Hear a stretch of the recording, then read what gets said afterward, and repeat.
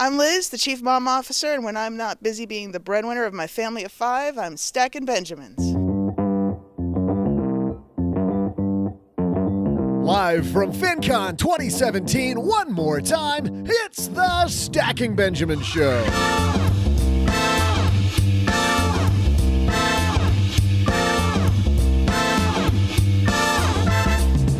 Hey there, neighbor. I'm Joe's mom's other neighbor. They call me Doug. And on today's show, we're headed back to the floor of FinCon 2017 in Dallas, Texas, where we're meeting the people who attend this conference. Today, we'll have money discussions with our new friends from KeepThrifty.com, Chris Durheim. From Fetching Financial Freedom, Felicity. High school senior Gita. And also from DeidreShores.com, it's Len Penzo. I'm just kidding. It's financial analyst Deidre Shores. But that's not all. In the middle of today's show, we'll introduce you to a new savings account that everyone's talking about. From Beam, we welcome Yanan Du. And now, freshly back from Dallas, but still nothing like a cowboy, Joe Saul-Sehy. What do you mean I'm nothing like a cowboy? I feel comfortable in a pair of jeans and a t-shirt. Isn't that kind of the way cowboys dress? Hey everybody, I am Joe Saul-Sehy, and welcome back. We're going to cap off your week with a fantastic show. You know, usually today we have our roundtable group with us, but I'm so excited. This idea I got just before FinCon. I said in past years I've taken you around to some of the expo halls, and I've shown you some of the fascinating fintech that is all over FinCon, but we do that now on the show all the time. So rather than do that, I thought, what if we grab some people? And the only rule was this: I couldn't have ever met you before. So I set up, big thanks to Brittany Burgett at Haven Life for letting me set up right next to their booth. So we set a table there, one of those high tops. I set my road equipment there and just grab people that I'd never met before. And what a good time you're going to hear with these people. And stories, you want diverse financial stories, we've got it for you today. Also, by the way, if you want diverse people working with you, how about that transition? We have to thank LinkedIn for supporting Stacking Benjamins, because the best place to find great talent for your hiring needs is LinkedIn. Businesses rate LinkedIn 40% higher than job boards at delivering quality candidates to you. For a $50 credit toward your first job post, visit linkedin.com/SB. Terms and conditions apply. Thanks, LinkedIn. Also, thanks to MagnifyMoney.com for supporting Stacking Benjamins. You know, when you're trying to stack Benjamins, how about an extra $450 in your pocket? Because that's the average amount of money people walk away with in savings when they head to MagnifyMoney.com. So whether it's your checking account, savings account, comparison shopping, credit cards, whether it be zero interest, reward cards, if you've got to take out an auto loan, consolidation loan, whatever it might be, student loans, stackingbenjamins.com/magnify money.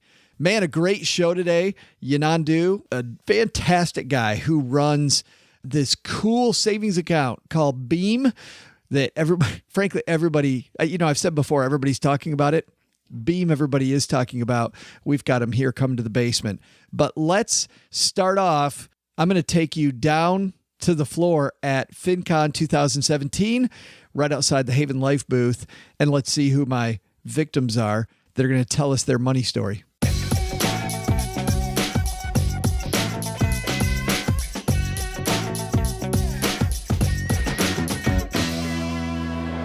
Felicity. Yes, hi. I just met you. You did, Joe. So tell me, who are you? So I'm Felicity. I blog at Fetching Financial Freedom, and I am a huge money nerd, obviously, and a background of electrical engineering, work in software. And my son's an electrical engineer. Is he now? I just found out that he got a real job. A real job. Which is amazing. I remember my first real job. It was a huge thrill. I want to ask you about that in a second, because I think that's a good topic for us to talk about. But, totally. You were telling me about your dog. Yes. One of the things that I think is kind of interesting with personal finance and stuff in general is relationship with money. One of the biggest kind of revelations in my life was when my dog, who we got about 3 years ago, hadn't even owned him for a year, and he's already kind of an elderly dog. And we were walking one day, and he was perfectly fine. And then suddenly he was dry heaving. Then we were in the emergency vet. Oh, no. Yeah.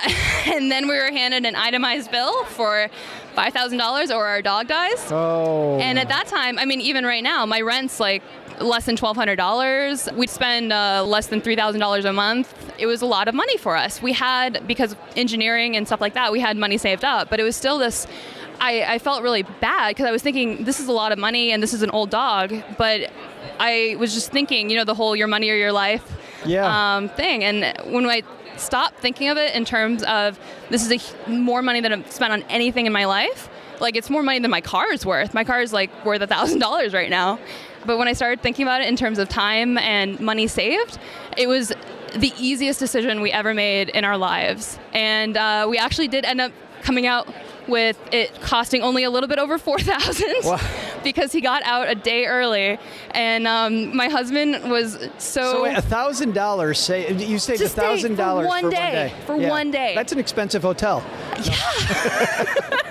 Extremely expensive. And it was funny too because my husband, he does all the cooking and he was preparing like all of his favorite food. So we had like all of these containers of like chicken stock because he could come home early and we just wanted him to be well. We didn't really care about right. He's a member of your family. Yeah, exactly. Sure. And so we had all these like to-go containers and things filled out with like all these random foods that my husband spent like hours cooking. The one thing he ate was like this generic milk bone. Of course. That was the one thing he was interested in. Of course. And then we knew that there was a difference because we could visit him the day before and he was so groggy and out of it. But on that day when we could take him home, his tail started wagging again and it was hitting against the wall, just like pat, pat, pat, pat. And it was the best feeling in the world. That is so awesome. That's so awesome. Let's talk about your first job. Sure. So do you come from a family that talked about money or? A little bit. We were like upper middle class. We didn't have like a lot of random toys and things like that, but we would travel. And I always had an interesting relationship with money because I was very conscious of it. Okay. I never like threw it away or something like that. Yeah. So I always kind of had a saving mindset. Okay. Yeah. So you're naturally kind of frugal. A little bit, yeah. Okay. But it's funny because with the first job, I would. I had this impulse to, like, now that I'm making real person money, I have to spend, more money on clothes so I can be a professional. Well, what did you do? Because, like, with my son, now we're talking, because I'm in this business, we're talking about, like, automating his finances, setting up his direct deposit. 100%. Like, what are some of the things that you did once you got out of college and had the job? Oh, yeah. One of the things is I knew I should be saving and investing, and I even knew that index funds are probably a good idea if you don't really know. But the funds weren't labeled index. Oh, so I didn't actually know which funds were which. So I think just stepping through and understanding what funds are which and if you want to do... How did you solve that problem? It took me about a year or so before I actually looked into it. I picked some random things that were low cost, but I didn't really think about how it should be, like what my allocation should be. So I kind of only really thought about allocation like years after I started. But still, doing something. Yeah, doing something is always better than nothing. Absolutely. Yeah. 100%. And so you saved, did you start off saving a lot of your money, or did you feel like, because I would think, going back to me in my first job, I totally thought, I don't have money to save long term. I need as much money for a new car, for my apartment, for all this stuff. 100%. I was starting off saving for a down payment more, so I didn't even save up to the company match first year. That was a huge mistake, and I really regret that. I mean, it's not like it's changed things too much, because we're still probably on track for me to retire before 30. Fingers crossed. Awesome. Yeah, it was something that I definitely should have done at that time, especially considering we actually never ended up buying a house. We're still renting to this day. Wow. But still, you save a bunch of money. Why did you decide not to buy a house? So I live in the Boston area. Mm-hmm. Houses around my work are kind of a minimum $500,000. Yeah. And we don't need a lot of space. We have a one bedroom with off-street parking, and we have a basement with a washer dryer to ourselves. And that's more than enough for us and our dog. And the rent actually hasn't changed at all because our lease auto-renews. So we're in a really good situation and a really good location for work and everything. Yeah, that's fantastic. Yeah. And the down payment on getting that same location. It's huge. Yeah, and I did the math, actually. Wow, you're an engineer and you did the math? Yes. That's weird. I've never heard that that before. surprising, Yeah, right? huh? Actually, I did the math, and we put together a calculator, because the New York Times stock buy versus rent calculator. It's awesome. Yeah. But we were thinking of doing like a multifamily property and maybe being like landlords. Sure. So we made our own calculator for that situation. So it's on our site, and it's called landlord versus stock lord. So you can put in like how much you're renting for right now and how much how many units and the rent for the units. So you can see like for a multifamily property specifically, doesn't make sense, and it made no sense whatsoever in our area. So You should tell my friends at Bigger Pockets. yes, I talked with Scott. Yes, Scott Trench. Yes, I talked to Scott. Yes. I met him, and I need to send an email after the conference. Absolutely. So tell us about Fetching Financial Freedom. What's coming up on the blog? Yeah, so it's been a blog that's been around for a while, but for the first year or so, I think I started in the very end of 2015, I told absolutely no one. So unsurprisingly, no one read it. That's weird. Right, Yeah. It's so strange how that happens. No marketing, nobody reads it. Yeah, no marketing, no outreach, no social media. Right, Like, of course yeah, not. Can't didn't do even that. tell friends or family. Right. Yeah. I'm trying to get it up and going a lot more regularly now, and a lot of it's just, I really try to write posts that would help me. So if I am trying to look up something, like we were considering buying a new car, and I found it just overwhelming, the information out there. So I just compiled all of the resources that I actually found helpful, and I kind of did like tiers of like, if you're only going to go to one site to look up these things, go here, and if not, go, if you want to go into more detail, go to these sites. And we actually ended up just repairing our car, which cost about $1,500 because all of the exhaust system was rusted and had to go. And our car, when we were talking to a dealer, they only offered us like $500 for the car. Yeah, right. But yeah. it made more sense Yes. with depreciation and all these other things. But it was an interesting experience. That's interesting. I love how you take your data and you just put it out there for everybody else to see. Yes. If you're making the decision, somebody else is going through the same stuff. Exactly. So in some ways I try to write for my future self, because I know eventually I'll have to, go back and maybe consider real estate again, or eventually I'll have to buy a car. Felicity, thanks for hanging out with us. Yeah, of course. Thanks so much for having me.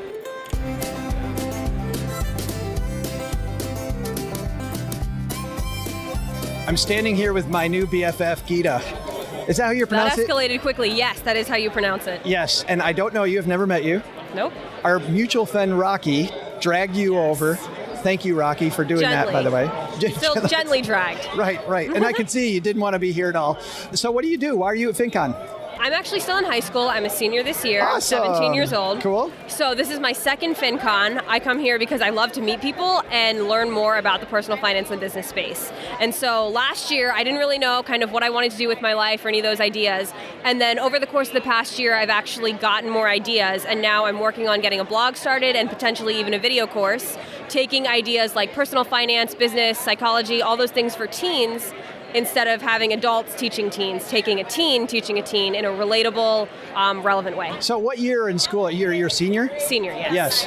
Yes. When you talk about having ideas about what you want to do, I mean, I didn't know what I wanted to do at 22. Oh, for sure. Mm-hmm. So what are some of you talked about having a blog, but generally, like life-wise, what are some of your ideas?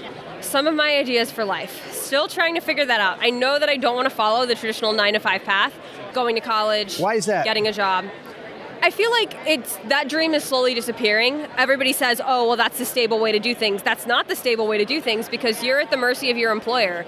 Like, that employer can choose to fire you at any time. And a lot of those jobs, machines are replacing them, or you're just kind of stuck there. You're not really doing any meaningful work. But you got to see a bunch of your friends in high school don't think that way. I mean, they're looking at, whenever I give a speech at a high school, everybody asks me 57 questions around how do I get into debt, right? How do I get a car payment? How do I take out a loan? They don't think the same way. Yes. A lot of my friends think it's kind of weird that I'm doing this. I mean, like, just coming to conferences and stuff, they're like, oh, FinCon, is that like Comic-Con? Right. Like, yes. some kind of like weird convention? And I'm like, kind of, but not really. Yeah, it's Comic-Con for money nerds. Comic-Con for money nerds. Yes, yeah, that's an interesting way to put it. Right, and I have the glasses that I'm wearing are my cosplay. Like, really? I just do this. I don't wear glasses. I just want to be a nerd. So, You just wanted to look smarter? No, that's right. I want smarter. I want to look actually smart. But anyway, got to take step one before step two. So you haven't done the blog yet? I kind of got it started. Like I had the idea for it a couple, maybe 3 years ago. So basically learning from people better than I was, because I talked to a bunch of entrepreneurs, freelancers. Like my dad has introduced me to a lot of great people within different areas of the community. So I was like, hey, what if I take these ideas that I'm learning and then I share them with other teenagers? Wait, is your dad Rocky? Yes, that's my dad.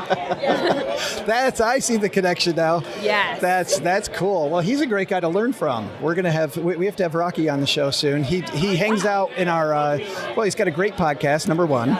Number two is that he hangs out in our Facebook group and gives people great advice. But anyway, so the apple doesn't fall far from the tree. Now I know why you have that point of view. And by the way, we'll link to Rocky's podcast on our show notes at StackyBenjamins.com. But what's your blog? My blog is helpmebegreat.com. Helpmebegreat.com. So, still getting that up and running. I did post on it when I was like 15 years old, so I'm 17 now. So I read over the stuff that I posted when I was 15 years old. Yes. And I was like, we are not going to keep those published unless we edit them. So right now, things are currently getting reworked and new content's in the process of being put up. You know you're going to have to do it now that you've been on the Stacky Benjamin show. Yes. You gotta get that thing Gotta going. get that done within the next, week? Something like that. That's right. By next Friday. Next Friday. Right. Gita, thanks for hanging out. Yes, thank you so Nice much for to meet having me. you. Yeah, it was great meeting you. Hey there, money nerds. I'm Joe's mom's neighbor, Doug, here to save the day with my delicious trivia segment. Since Joe just returned from Dallas, thought we should squeeze in one more question about this Texas city. So let's try this one. Which convenience store chain was founded in Dallas in 1927 when the Southland Ice Company began adding eggs and milk to their ice-selling business?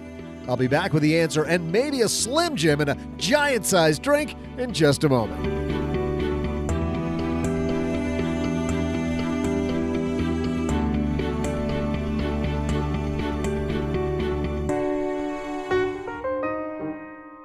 All right, raise your hand. Do you drive an extra 5 minutes in traffic to save just a few pennies at the gas pump? Well, when's the last time you spent 5 minutes trying to save on the big things like auto loans? Lucky for you, we brought in Nick Clements from Magnify Money with a few tips on saving money if you find yourself financing a car. If you're buying a new car, there's really no better deal than the 0% financing that would be offered by the manufacturer. The issue really starts to happen if you don't qualify for the manufacturer's financing or you're buying a used car. And in those cases, I think it's a very good idea to always shop online and get a low rate before you walk onto the lot. Chances are high that the dealer will beat it, but if you don't walk onto the lot with a low rate to begin with, you know you won't get the best deal. Thanks, Nick. More than just auto loans, Magnify Money's the perfect spot for reviewing just how well or not your checking and savings accounts are performing. You might just decide to switch banks, and guess what? Why stick with just one bank at all when you can use MagnifyMoney.com to always find best-in-class stuff? StackyBenjamins.com/Magnify Money. Average person saves $450 in interest when they go there. StackyBenjamins.com/Magnify Money. Big thanks to LinkedIn for supporting our podcast. Have you ever tried to hire somebody? Because it is hard. Because, often your best candidates, they might already have a job. So what if you went to a place where people go daily to grow professionally and explore job opportunities? In fact, we already know that 70% of the U.S. workforce is in this place. It's called LinkedIn. You already know LinkedIn is the world's largest professional network. Well, it's also a better way to find great talent. Just ask any of the hundreds of thousands of businesses who've posted to LinkedIn jobs over the past year. 22 million professionals view and apply to jobs on LinkedIn every week. And because LinkedIn considers skills, experiences, location, and more to match and promote your job to potential candidates, businesses rate LinkedIn jobs as 40% higher than job boards at delivering quality candidates. Our podcast is only as good as its people. It's the same for your business. Every hire matters. So don't settle for just posting and praying the right person's going to stumble on your role and apply. Head to linkedin.com/SB and get a $50 credit toward your first job post. That's linkedin.com/SB for your $50 credit today. Terms and conditions apply.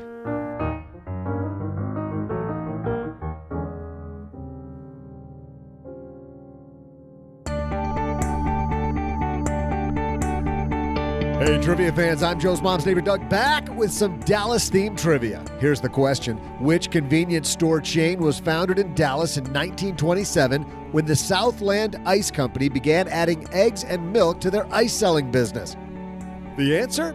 In the early days, it was called Totem, and they had totem poles in front of the stores, but now they're known for brain freeze from Slurpees and from the bladder-testing Big Gulp drink, which means the answer is 7-Eleven.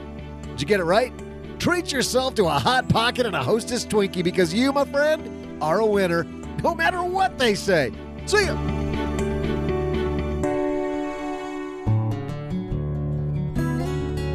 Well, something you hear about on our Magnified Money Spots each week is just how anemic interest rates are. And when we're bragging about 1.4%, life hasn't been easy for risk-averse savers.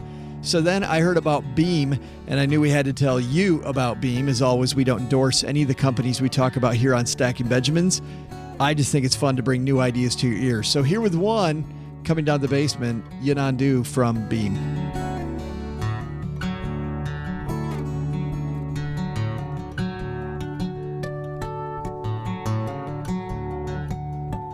And walking down the stairs to the basement, it's Yanandu from Beam. Have a seat, man. How are you? Doing great. How are you? Well, good. You guys have been really busy on your way to launch Beam, and I'm really excited. I can't wait to tell our fans about it.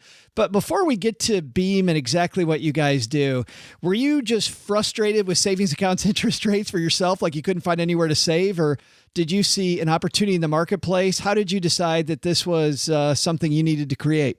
I certainly didn't have enough savings to have that problem, but my mom certainly did. So I guess there was really two impetus that brought about Beam. One is internal, one is external. External one would be, my mother is a first-generation immigrant, and she has been really nagging me about how the bank account she has in Asia is paying so much higher interest than the 0.01% APY she's getting at her local bank. And so when I returned from Asia to the U.S. after a tour there in my prior jobs, it becomes obvious that this is a problem that's worth my attention to. An internal reason would be that my prior experience has sat at the intersection of technology and banking. So I studied at MIT in computer science and economics. I got my degrees there as an undergraduate on full scholarship. And then at age 20, I was exposed to my first bank project while working as an intern at JP Morgan, New York. So, back then we're looking at 2003. Really, and we're looking at a few M&A consolidation opportunities out of the West Coast. So I was exposed to the banking industry and learned there how to read a bank balance sheet and income statement, which are very different from any other companies. And later on, I worked at KKR.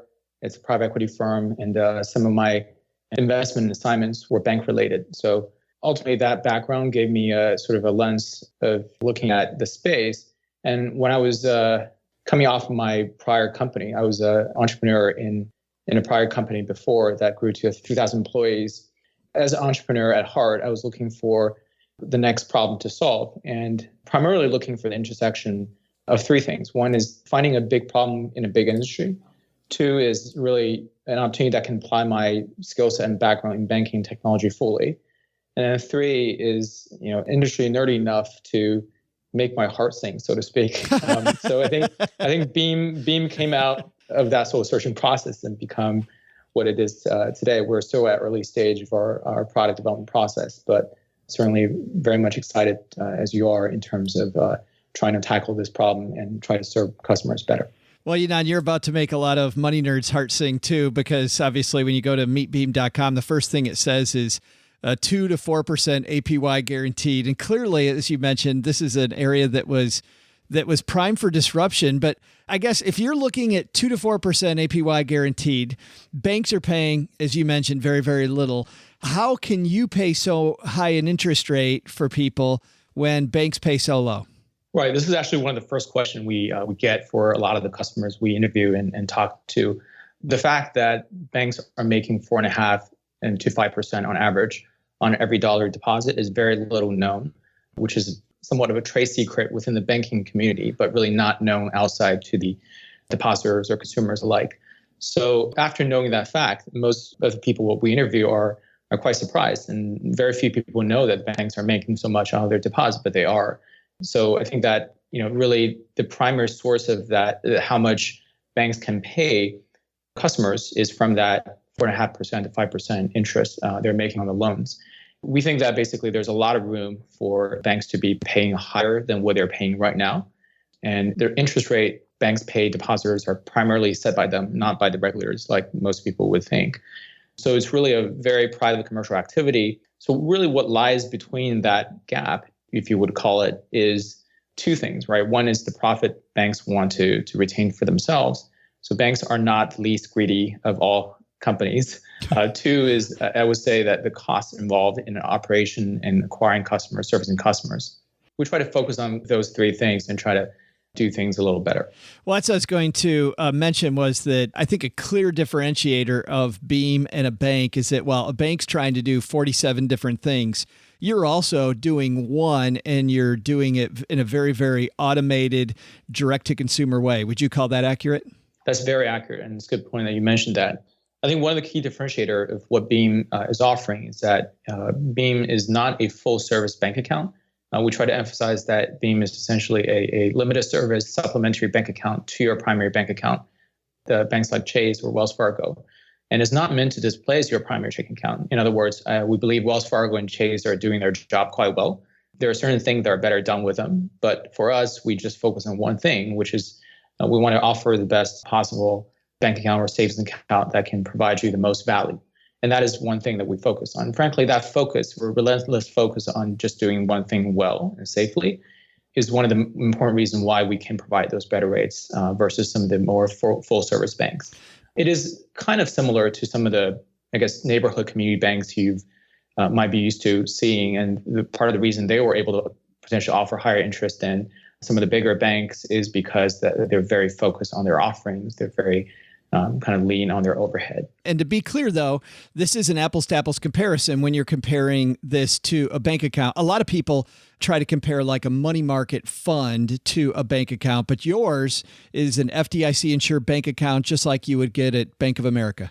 That's correct. So we work with a variety of partners, including banking institutions themselves, who partner with Beam on a commercial basis to offer the FDIC insured bank account. Beam, just to be clear, is not a bank, so therefore we are not covered by FDIC. But the account itself, which frankly is sitting at the partnering bank that we work with, are FDIC insured. Gotcha. So Beam is not, but people put money into the account. The account is. Correct. Gotcha. Okay. Walk me through it, Yanan. How does it work? When I go to meetbeam.com, what happens? Right. So first, because we are kind of limited in terms of the capacity we can serve customers initially, we ask all customers to go on meetbeam.com, our pre-launch site, to sign up. All you need to do is provide your email, and we'll essentially what that do is they'll save you a spot so that we will notify you when the service is fully available to the public.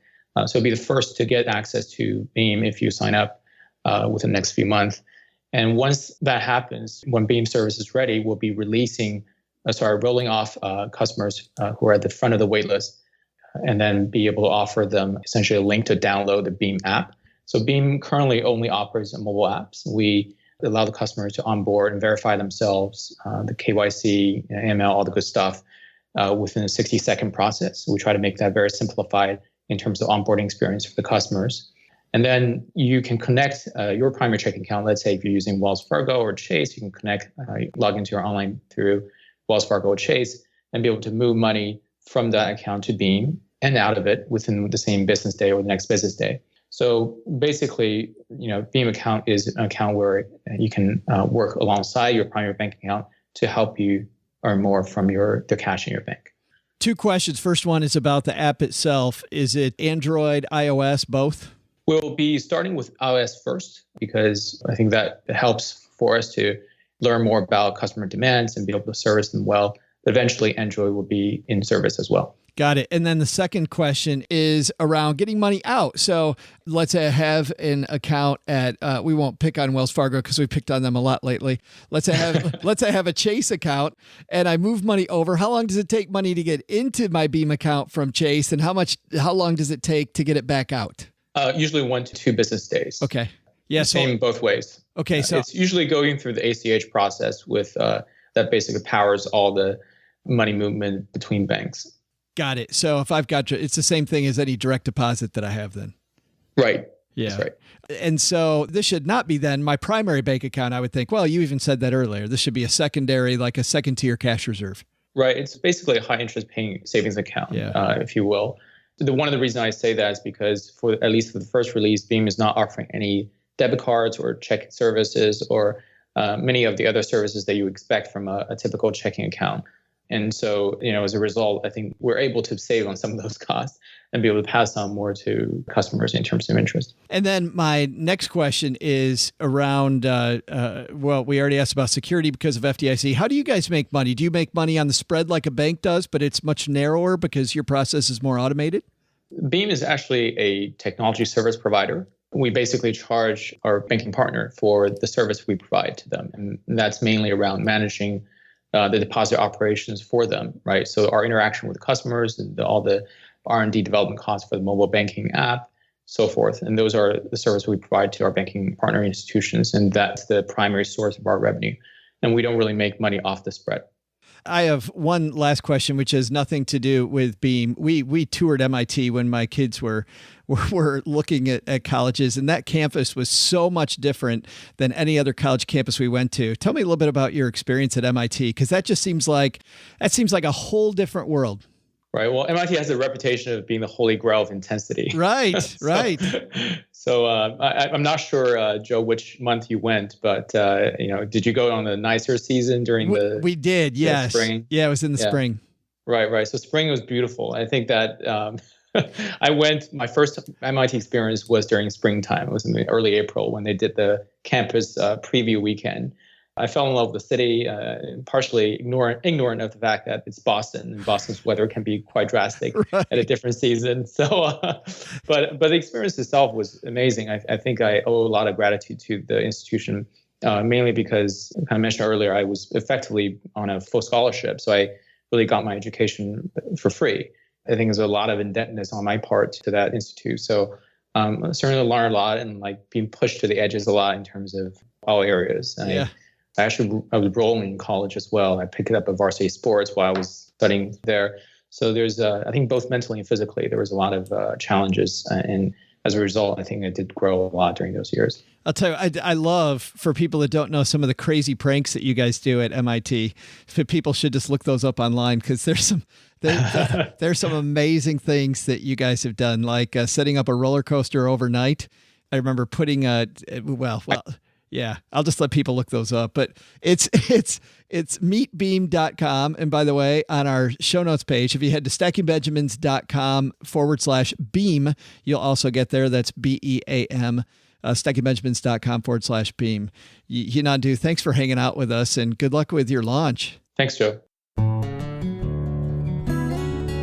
Big thanks to Yinan for coming down to the basement. All right, let's go back to the floor of FinCon 2017, where I'm hanging out just outside the Haven Life booth on the expo floor, and I grab people and ask them to tell me their money story.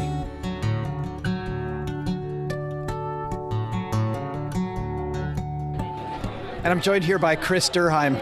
We just went over, our friend Claudia from Two Cup House and I came over, and we dragged you over here. Yep, absolutely. Yeah, you didn't want to be on.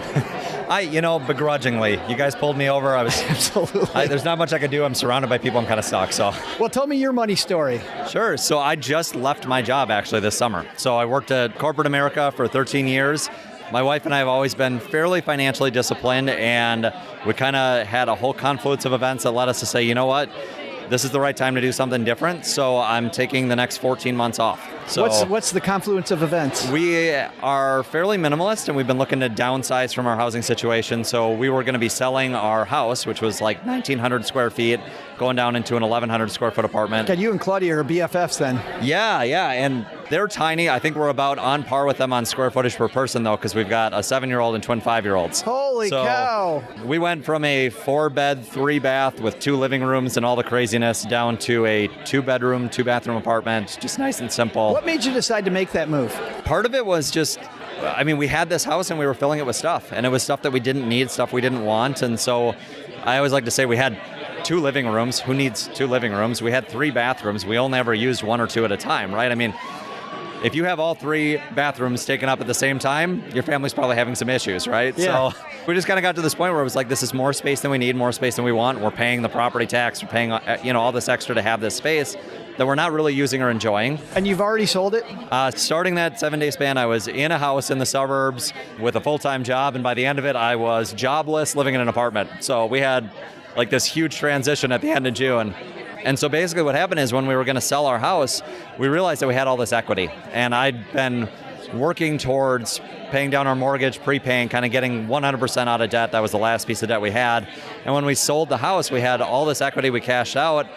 And I'd been working towards financial independence, but my kids are 7, 5, and 5. And I said, look, I can either have financial independence when they're all ready to go off to college, or I can have time with my wife and kids now. And the reality is, they'll let me walk them to school now. When they're freshmen in college, that's just going to be weird. So I figured I'd take the time now, spend time with them. So I'm taking the year off and kind of working on my blog, and I've got an app connected to the blog that I've been developing because I'm a software guy, and just spending time with my wife and kids. And what did your employer say when you said, I'm going bye-bye? You know, it was a really interesting conversation. I talked to my boss and I said, look, I think it's time for me to leave. I think it's time for me to get out of here. I think they kind of understood, and everything else. But the shocker for everybody was when I said what I was going to do. When I told people, I'm like, I'm not going to another job. I'm not going to, go find different work. I'm going to take the next year and not do anything. And I had that spurred a lot of questions, a lot of comments. Well, it's the most common comment I got from people was, well, that sounds really nice if you can make it work. And every time I hear that phrase, it makes me cry just a little bit, because you hear the person talking to you saying to themselves, I can't possibly do this. And from my own journey, from our own situation, I feel that's not true in a lot of people's situations. It's just, what's the priority for you? And it may not be the priority for you to take that time off, but look, we sold our house and we're living off the equity. A lot of people own a good chunk of their house, and if they sold their house, they could make this work. But you got to decide, what's my priorities? Is 100% full home ownership right now the most critical thing to me? Is spending time with my family the most critical? Is travel the most critical? And so the big thing that we've been doing for ourselves and now trying to help others through our blog is figure out, what do you really want to do with your life? What's important to you? And how do you redirect and be very intentional about how you spend your time and money? And it seems like the budget has to be, especially this year, it's got to be pretty strict. Yes. Yeah, absolutely. Over the last several years, we've been, whittling down our budget and trying to figure out what's really important.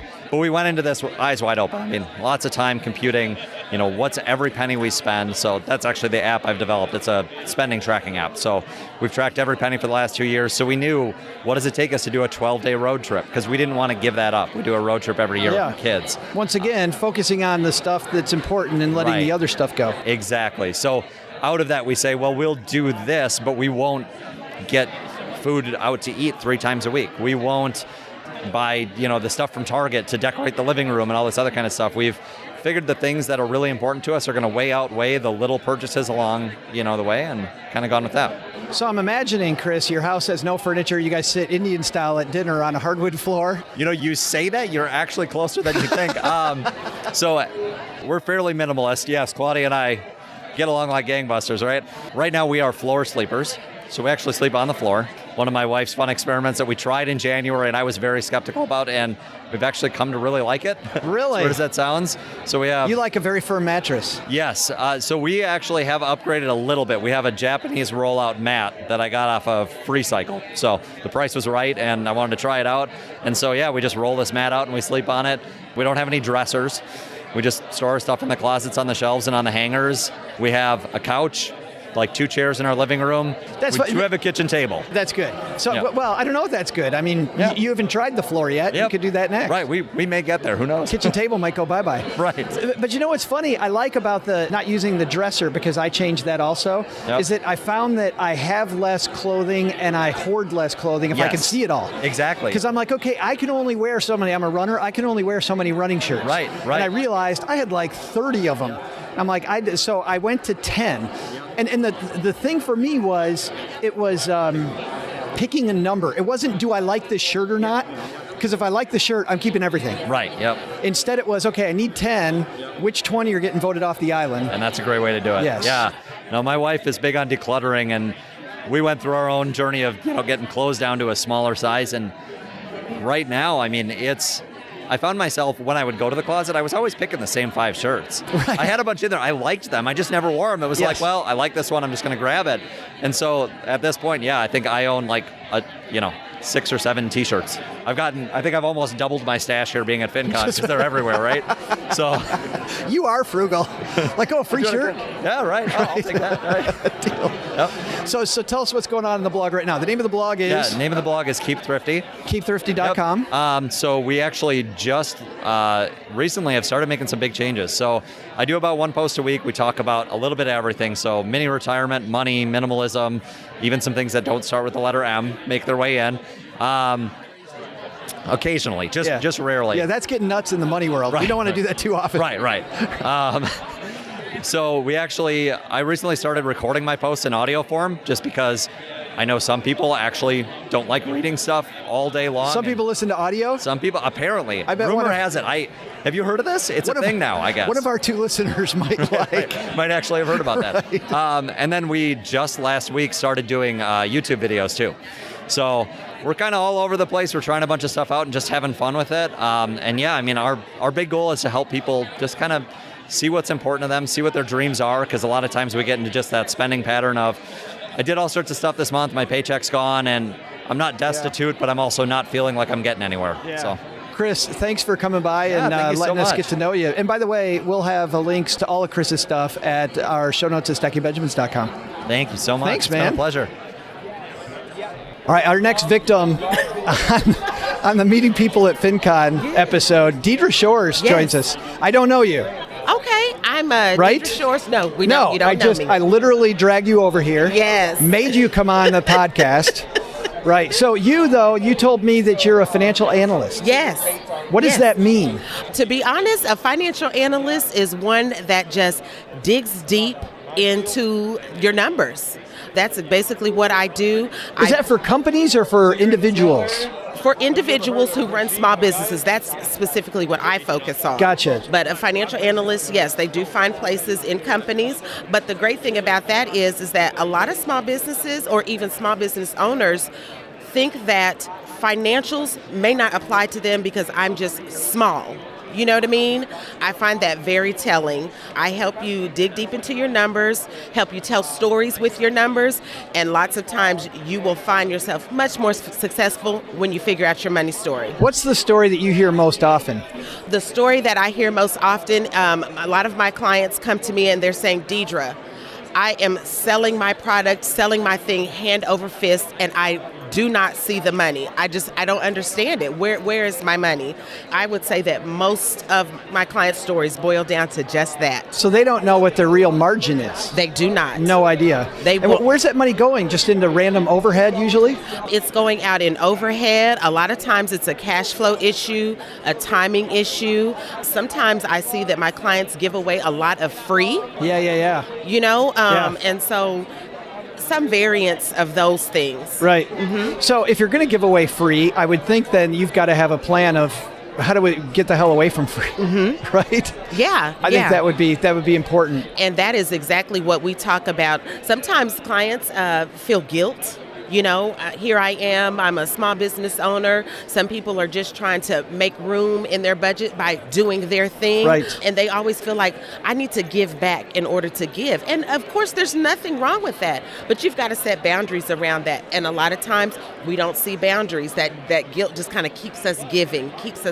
So we talk about things like that. Apply metrics to the giving. Absolutely. Isn't that funny? Because you think if a big business does it, right, they have strict budgets, strict controls, a small business needs that even more. Even more, because a lot of times small business owners won't necessarily think that they have the capital to spend on those things. Again, you always think those are for the big dogs. Right. Those are for the big dogs. I don't need that, or I'm not ready for that. But if you just apply principles like that from day one, oh my gosh, you know, you're seeing profits much sooner. So. When I was a financial planner and I would work with a small business owner, one of my first questions always was, is your business working for you or are you working for your business? And almost every business owner started out, right? They didn't want to have a job. Right. But then they built themselves a job. Yes. And they're working hour after hour for the business and they're getting no return. Absolutely. Yeah. Absolutely. What about when it comes time to sell? you really have to sit down with your goals and just think about your horizon. You've got to plan for the long haul and work it out each time. Each day by day. So it seems like that's when the numbers are most important, because the new owner's going to want to know every single number. Absolutely. If I'm not going to sell, what I found was, if I'm not going to sell, small business owners try to write off everything, deduct everything, and show that they make no money. And then the second they're ready to sell, they want to make it look like it's a damn cash cow. Absolutely. I'm making money hand over fist, and so you really have to think about, where do you see yourself in your business? Right. And those things start, again, day one. If you plan to sell, most investors look at your business. They want to see a pretty long history. Yeah. You know what I mean? So you kind of always have to have that in the back of your mind. And, a lot of times I ask my clients, are you set up to blow up? You know what I mean? Yeah. And you don't think about that. Again, people always are like, I'm just little old me, or it's just little old us. Right. Keep that in the back of your mind. Keep your options open. So. How often do you see business owners commingle their personal expenses with their business expenses? Oh my God, I wish you could see me. I've got my hands around my throat. She's trying to strangle somebody. Yeah. I've yet to work with someone who has not, in some way, shape, or form, commingled. And it's so bad. It's bad. Again, I tell my clients, are you set up to blow up? A lot of times your financial history with your business does not start until you have a singular bank account that is applied to your business. So you have to hit the reset button, when you decide, oh gosh, I see it all the time. And it's not just little old you. There are tools, apps, accounts, everything free and low cost that can help you separate. You don't have to wait until you're making the dollars. And a lot of times we don't know what that amount is, but you don't have to wait until you're making those dollars to start treating your business like a business. Deidre Shores, how do people find you? You can find me at www.deidreshores.com. I'm Deidre Shores everywhere, Twitter, Instagram, and Facebook. And if you're out walking the dog, we'll have a link on our show notes at stackingbenjamins.com. Deidre, nice to meet you. Nice to meet you too. Thank you so much. Thank you. Awesome.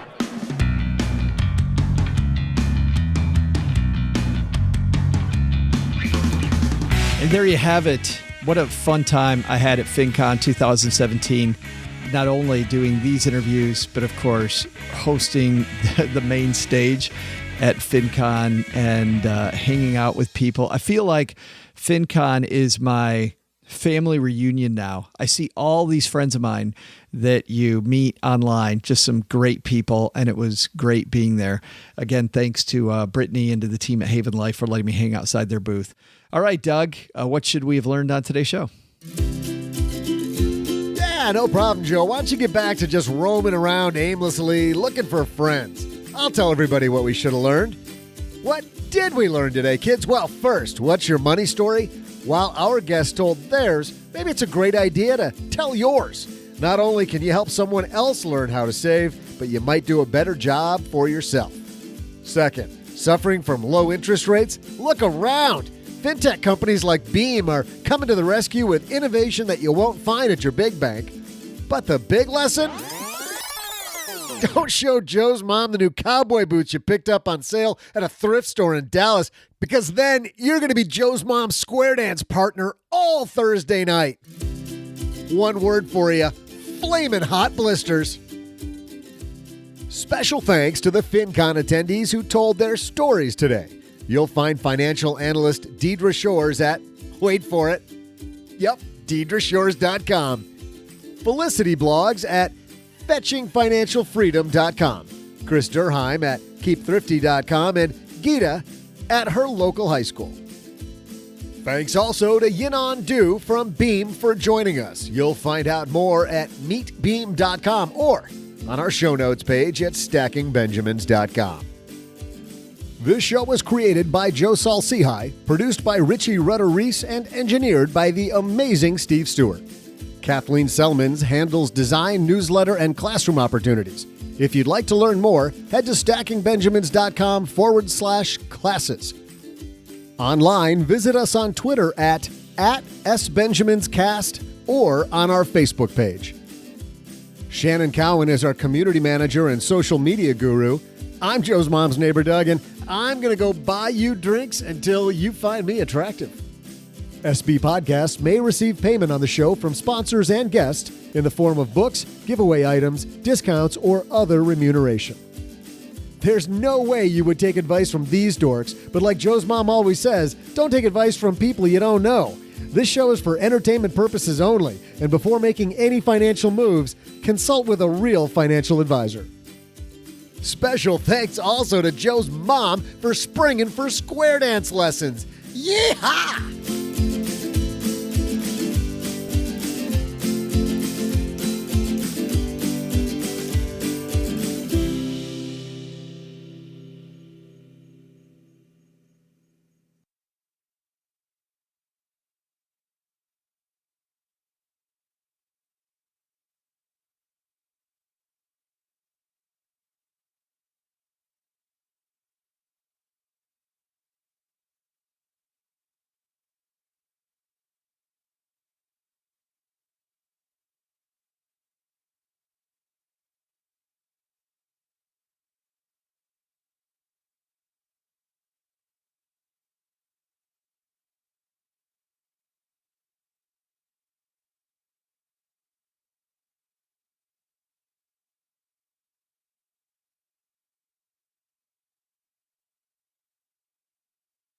Hey guys, no real after show today, but I need to do some cleanup here. We still haven't cleaned up from this summer. We, if you remember, had movies that described Doug's life, and then we went through this change in format, so I don't have a place to put it. We're going to get back to that, but I do want to clean up our prize pack winner from our last contest. And each week, I gave you a first line to the show that had a little awkwardness in it. And I went through ship. We talked about your ship coming in. We talked about the dog days. I think the dog days of summer. We talked about shoes. And of course, all of those things as you strung them out over the 8-week period were Monopoly game pieces. So the answer to the game was Monopoly pieces. 3 weeks into it, Dan got it right. We had two different Dans actually get it right, but Dan 2 knows that he wasn't the right Dan. That's the Dan that answers a lot of them. Dan number 2 answers a ton of them, and he was 2 weeks later. But Dan was first, and then second was Stephanie. And you know what? Stephanie, we're going to send you a t-shirt. So when you hear this, feel free to shoot me an email, joe@stackybenjamins.com, and we'll get you one of our cool t-shirts for being second. First, though, is our friend Dan. So Dan, when you hear this, we got a prize pack that we'll put together specifically for you. So Dan, send me an email. All right, that's going to do it for this week. Coming up next week on the Stacky Benjamin Show, Deacon Hayes took home the Plutus Award for Best Personal Finance Blog, and he has a new book called You Can Retire Early. He's coming down to the basement. You've heard Deacon here quite a few times. So happy that he's going to be our featured guest on Monday because you probably haven't heard Deacon's whole story. And he's got a great story about pulling himself up by the bootstraps and also going to talk to us about retiring early. Then on Wednesday, Lisa Phillips handles real estate, but she does something different than a lot of people do. She looks specifically at very, very, very inexpensive real estate, gets her hands dirty. So I'm really excited to have a real estate success story with our friend Lisa Phillips. And then on Friday, we've got the band back together. We'll have our normal roundtable team helping take us through the Friday episode. And a cool thing that I've been experimenting with, here's some tech, trying to declutter your house. Well, this company called Declutter out of London, and also they have offices in Atlanta. They are going to teach us about how to declutter your house. I did it myself. Sent a box of CDs and got $60 in probably an hour. And then I've now filled out a second box, nearly got it finished, but pretty cool stuff with this company Declutter. All right, that's next week. Fantastic week. But for now, go stack some Benjamins. Bye-bye.